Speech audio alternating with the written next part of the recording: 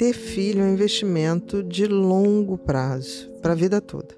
É saber que os filhos são absurdamente diferentes. Totalmente. Mesmo criados na mesma casa, Não com as ter mesmas essas orientações. comparações, né? Jamais. Individualizar a criança, né? Porque cada criança vai ter uma predisposição. E essa comparação que às vezes muitos pais fazem, querendo colocar cada criança no seu quadrado, né? Como se assim fosse uma fórmula mágica engessada nesse sentido. E não existe. A gente pode criar da mesma forma e ter que realmente identificar os talentos de cada uma.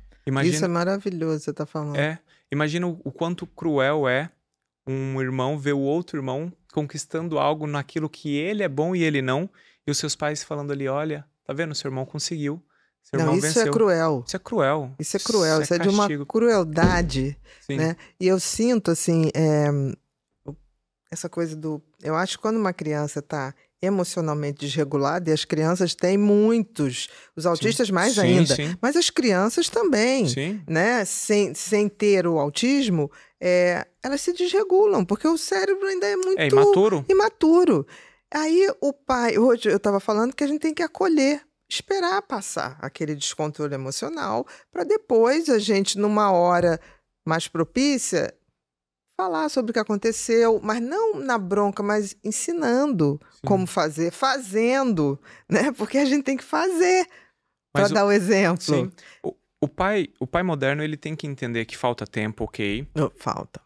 Eu entendo que ele terceiriza muito, não porque ele é ruim, ele terceiriza porque ele não tem possibilidades, eu entendo isso também. Mas que ele tem que estudar um pouco sobre a criação de filhos. Hoje é necessário. Porque em outrora, aquele conhecimento era transferido da avó que tinha 10 filhos para a mãe que tinha 7. A mãe tinha a irmã que tinha mais 7. A soma das duas irmãs davam 14. E você ia tendo mais troca de experiência culinária, afetiva, amorosa. Ou seja, você vive equações que alguém já viveu e alguém resolveu de alguma outra maneira. Hoje em dia, não. Hoje em dia, nós temos famílias que vivem em pequenas contingências ali, um filho, quando tem um. Muitas vezes não tem primo, se tem primo mora longe, e aí estão tentando criar as crianças à base do instinto, e no instinto não vai funcionar, porque instinto é para sobreviver, instinto não é para educar. Exatamente. É importante entender de temperamentos, é importante entender de linguagens de amor, é importante entender de camadas da personalidade, é importante entender sobre o cérebro. Da intervenção, né? Quando deve ser. Como eu me conecto com essa criança. Olha, quando a criança está desregulada, você não vai se conectar. Mas de jeito nenhum. Você vai acolher.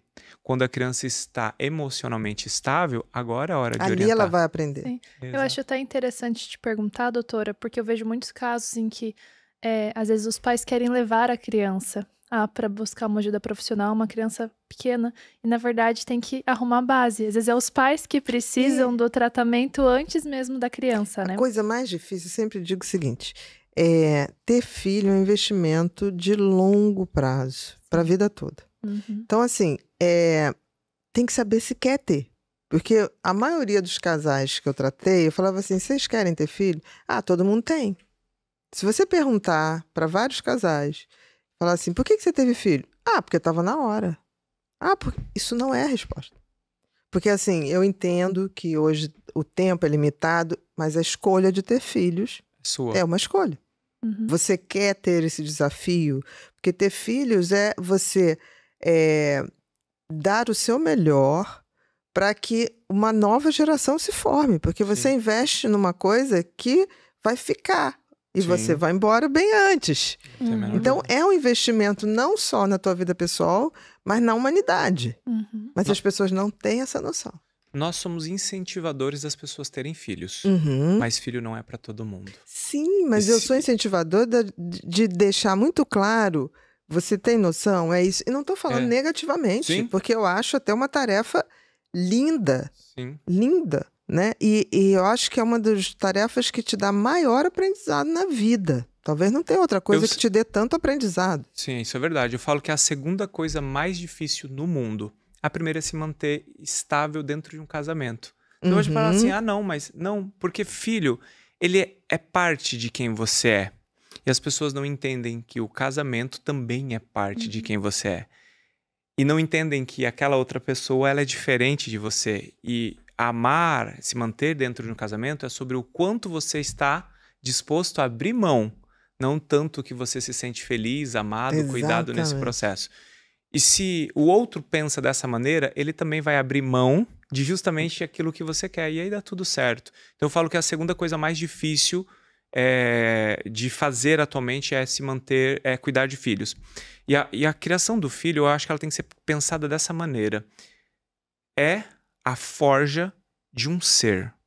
E aí vamos pensar a palavra ser do jeito que vocês quiserem. Vocês concordam que criar um ser é algo absurdamente incrível, lindo, mas que requer esforço, né?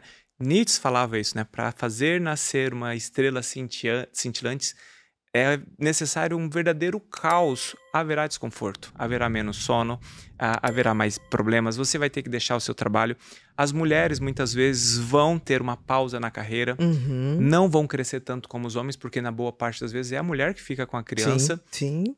Só que nada supera, para quem conhece, quem vivencia isso, aquele cangotezinho de manhã, bem cedinho, bom demais, com um cheirinho de suor seco da noite. É sensacional, é sensacional. É realmente um presente, você desenvolve uma maturidade na marra, não que todos os pais desenvolvam, né? Mas eu acho que é cirúrgico esse ponto, né? Que não é por instinto.